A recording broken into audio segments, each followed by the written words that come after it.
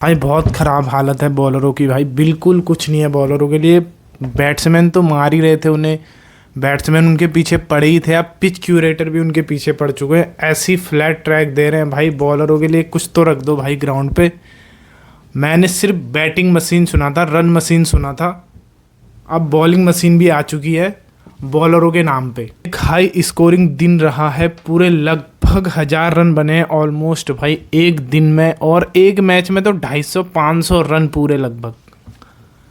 भाई तो कहाँ जाए बॉलर। तो तभी इंगिडी भाई, बहुत सीरियस इंजरी हुई थी इंगिडी को, वो चोट लग गई थी। एक तो उतनी गर्मी में भाई, दिल्ली की गर्मी में 40 डिग्री टेम्परेचर है और ऊपर से वो क्रिकेट खेल रहे हैं और फिर सर में चोट लग गई भाई, बहुत सीरियस इंजरी थी।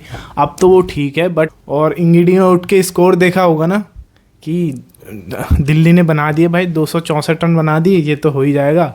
इंगिडी ठीक हुआ होगा, सोच रहा होगा कि चलो हाँ देख लेता हूँ एक बार स्कोर। देखा जैसी फिर से सो गया होगा वो। दिल्ली ने टॉस जीतते ही बैटिंग का फैसला लिया, जो कि एकदम सही फैसला था। और केएल राहुल भाई 152 रनों की पारी खेली है भाई, जिसमें से 9 छक्के और 16 चौके मारे हैं 226 के स्ट्राइक रेट से। और नीतीश राणा ने भी भाई बहुत ही अच्छी बैटिंग करी है। केएल राहुल और नीतीश राणा की पार्टनरशिप हुई थी 220 रनों की। अगर देखा जाए तो 44 बॉलों पे 91 नीतीश राणा ने बनाए हैं और 152 रन भाई केएल राहुल ने। और हाईएस्ट इंडिविजुअल तीसरे नंबर पर आ चुके हैं केएल राहुल भाई। और एक ना मेरे को ये रिकॉर्ड समझ नहीं आते, ये इंडियन है, ये मतलब विदेशी है, ऐसे रिकॉर्ड मेरे को भाई ये थोड़ी ना होना चाहिए यार कि एज ए इंडियन ने तुमने सबसे पहले सेंचुरी मारी है सबसे ज़्यादा। एज ए इंडियन ये थोड़ा नहीं रिकॉर्ड होता है, ये रिकॉर्ड नहीं होना चाहिए। ये रिकॉर्ड होना चाहिए कि मतलब सारा आईपीएल ही है ना, पूरा आईपीएल खेल रहे हो तो पूरे सब लोग ही खेलते हैं उसमें। अब जैसे कोई ऑस्ट्रेलिया वाले ने मार दिया शतक उसमें, अब एज ए वेस्ट ऑस्ट्रेलियन थोड़ी ना रिकॉर्ड होगा, एज ए आईपीएल ही रिकॉर्ड होगा। तो ऐसा मेरे ख्याल से नहीं होना चाहिए। तो एज ए इंडियन इन्होंने हाईएस्ट बना दिया, रिकॉर्ड वही होना चाहिए कि तीसरे नंबर पे। बहुत अच्छी बात है भाई, मुझे ये इस रिकॉर्ड से थोड़ा सा दिक्कत है। ये as a Indian, as a West Indies, ऐसे वाले रिकॉर्ड नहीं होने चाहिए आईपीएल में। आईपीएल में यही होना चाहिए कि हाईएस्ट टोटल किसका है सबसे ज़्यादा। तो ये तीसरे नंबर पर है। पंजाब की अगर बात करें तो बैटिंग में तो कोई दिक्कत है नहीं, और प्रॉब्लम मुझे लग रही है तो सिर्फ बॉलिंग में। 264 रन कंसीड ही करना भाई बहुत मतलब ख़राब ही बॉलिंग है। बैट्समैन मतलब, और फील्डिंग की भाई, फील्डिंग तो भाई बहुत ही ख़राब भाई, बहुत ज़्यादा ख़राब। शशांक सिंह तो भाई पिछले मैच से ही भाई कैचे छोड़े जा रहा है। 2 तो पिछले मैच में छोड़ी थी, 2 नहीं 3, और ये चौथा। आज राहुल ने 152 रन बनाए हैं। और जिनकी कैच छूट रही हैं वो तो फिर मैच जिता के ही लेके जा रहा है, जैसे कि श्रेयस अय्यर के साथ हुआ था, करुण नायर। क्रिकेट भाई एक चांस दे दिया, क्रिकेट गलती कर दी क्रिकेट ने। तो बॉलरों की क्या ही बात करें भाई, बॉलिंग मशीन से बॉल डलवा लो, इससे अच्छा उनको खड़ा कर दो, फील्डिंग लगा दो सभी को 11 के 11। पंजाब भाई पहले ही ओवर से जो शुरू किया उन्होंने भाई, पावर प्ले में ही 116 रन बना चुके थे पावर प्ले में। और प्रियांश आर्या, प्रभ सिमरन, और फिर आए भाई सरपंच साहब, जिन्होंने मैच को ख़त्म किया, अच्छी तरीके से मैच को ख़त्म किया। 36 बॉल 71 रन और 265 की रन चेस में 1 ओवर रहते पहले ख़त्म कर लिया इन्होंने मैच। पर दूसरी टीमें ये सोच रही है कि इनको क्या ही टारगेट ऐसा दे कि इनको रोक सके। 280 270 भाई कितना टारगेट दे। और फील्डिंग भाई, जो कि 2-4 दिनों से भाई बहुत ख़राब फील्डिंग हो रही है सभी टीमों की ओर से अगर बात करें तो।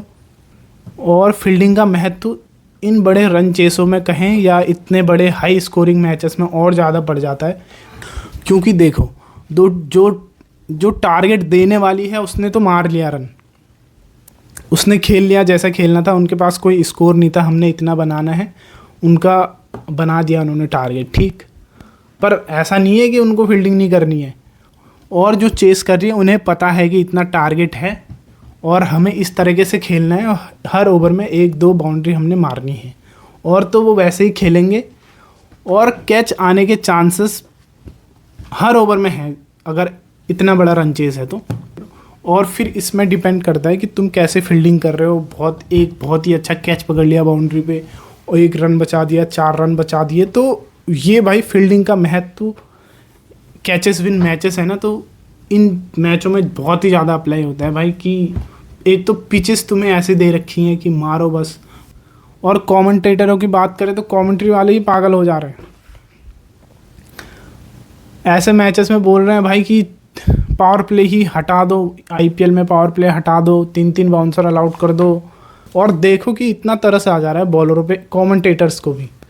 तो भाई बॉलरों के लिए कुछ ना कुछ तो रखना ही चाहिए। और दूसरे मैच की बात करते हैं, राजस्थान वर्सेस हैदराबाद।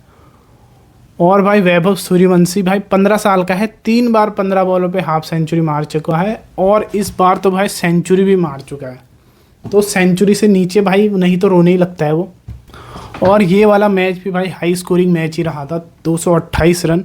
और राजस्थान ने फिनिश अच्छा नहीं किया था, लास्ट के 5 ओवर में सिर्फ 40-45 रन बना पाई वो, जिसकी वजह से 228 ही हो पाया, जो कि 250 रन होना चाहिए था। जो शुरुआत थी वैभव सूर्यवंशी ने जैसी बैटिंग करी थी, सिर्फ एक बॉलर बचा है जिसको छक्का मारना है उसने, वो है मिचेल स्टार्क। और कल पैट कमिंस के सामने भी भाई पहली बॉल पर छक्का। एकदम ये चीज़ें देखने लायक होती हैं भाई। एक इंटरनेशनल बॉलर, महान बॉलर भाई पैट कमिंस जैसा बॉलर, उसको पहली बॉल पर छक्का मारना, और ये दिखाता है कि भाई कितना पोटेंशियल है उस खिलाड़ी में। बॉलर को नहीं देखता वो, कि बॉल देखता है। वो बहुत बार बोल चुका है ऐसा। और जुरेल यहाँ पर 145 के स्ट्राइक रेट से खेले हुए, 35 बॉल पर 51 रन। ये थोड़ा सा नाइंसाफ़ी हो गई है वैभव सूर्यवंशी के शतक के साथ। और पैट कमिंस ने आते ही सिर्फ 4 ओवर में 27 रन दिए हैं। इकॉनमी देखो 6.8 की, जहाँ पे सारे 12-12, 15-15 के रन रेट से चल रहे हैं, पैट कमिंस यहाँ पर 6 की इकॉनमी से चल रहा है। बात करते हैं हैदराबाद के रन चेस की, और इन्होंने भी आसानी से कर लिया था, 18वें ओवर में ही रन चेस कर लिया था कंप्लीट। और सबसे सरप्राइजिंग चीज़ ये है कि अभिषेक शर्मा कंसिस्टेंसी यहाँ पर बरकरार रख पा रहे हैं। ये बहुत ही अच्छी खबर है अभिषेक शर्मा के लिए, इंडियन टीम के लिए, और ख़ासकर अभी हैदराबाद में है तो हैदराबाद के लिए भाई। और ईशान किशन मैं बोल रहा था कि अब तो हो गया, पहले ही मैच में बनाए हैं। और ईशान किशन भाई कल तो मैन ऑफ द मैच वाली परफॉर्मेंस आई है। और कल कैप्टन भी नहीं थे, पैट कमिंस आ चुके हैं कैप्टनसी के लिए। तो और Ishan Kishan as a wicketkeeper बहुत ही अच्छी बैटिंग करी, यहाँ पर मैन ऑफ द मैच मिला है उन्हें। और अगर हैदराबाद की भी बात करें तो हैदराबाद भी बहुत ही अच्छी फॉर्म में लग रही है।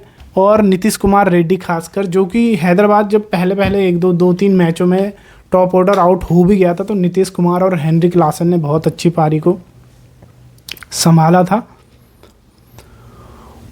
और नीतीश कुमार रेड्डी फिनिश भी अच्छा कर रहा है, तो और एक क्वालिफाइड कैंडिडेट के रूप में हम भी देख सकते हैं भाई इसको। और पॉइंट टेबल पर नज़र डाल लेते हैं एक बार। पॉइंट टेबल की अगर बात करें तो दूसरे नंबर से ही शुरू करना चाहिए, पहले नंबर वाले तो भाई नहीं आने वाले हाथ, मुझे लग रहा है ऐसी। 13 पॉइंट हो चुके हैं उनके 7 मैचों में अभी तक अनडिफीटेड। और आरसीबी दूसरे नंबर पर है, एसआरएच तीसरे पे आ चुकी है, और राजस्थान। और आईपीएल का पार्ट 1 ख़त्म हो चुका है, सबके साथ मैच ख़त्म हो चुके हैं। और अब आएगा आईपीएल का पार्ट 2, जो कि पॉइंट टेबल में उथल पुथल होगी। और टीमें चेंज हो चुकी है, दबदबा चेंज हो चुका है, किसका दबदबा अब ज़्यादा था और पहले किसका था, सब चेंज हो चुका है।